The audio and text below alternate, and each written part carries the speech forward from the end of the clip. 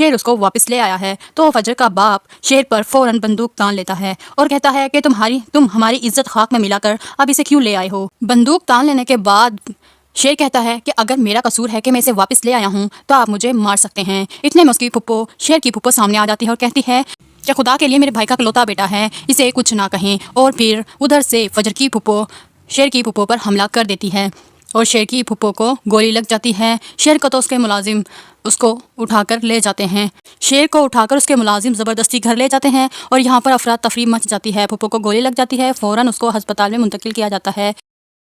جیسے ہی شیر گھر پہنچتا ہے تو اسے جب فہد نظر آتا ہے تو اس پر وہ بہت غصہ ہوتا ہے اور جا کے اس کو گردن سے پکڑ لیتا ہے اور کھانے کے اندر دبا دیتا ہے۔ سارا کھانا فہد کے منہ پر لگ جاتا ہے اور فہد کو بہت مارتا ہے۔ تو پھر فہد کا باپ فہد کو بچانے کے لیے آ جاتا ہے اور پھر بچا کر اپنے بیٹے کو تو لے جاتا ہے۔ شیر اپنے باپ سے بہت بری باتیں سنتا ہے، بہت زیادہ تلخ کلامی ہوتی ہے۔ شیر کو دکھ آ رہا ہوتا ہے کہ میری وجہ سے میری پھپھو کو گولی لگی ہے اور یہ لوگ مجھے لے آئے ہیں، سارا کچھ ہوا تو فہد کی وجہ سے ہے، اس نے یہ کیا ہے، اس لڑکی کو عشق کے جال میں پھنسایا اور پھر اس کی عزت کا جنازہ نکالا۔ پھر شیر اپنی ماں کے ساتھ بات کرتا ہے، ماں کو سینے سے لگاتا ہے کہ ماں آپ گھبراؤ نہیں۔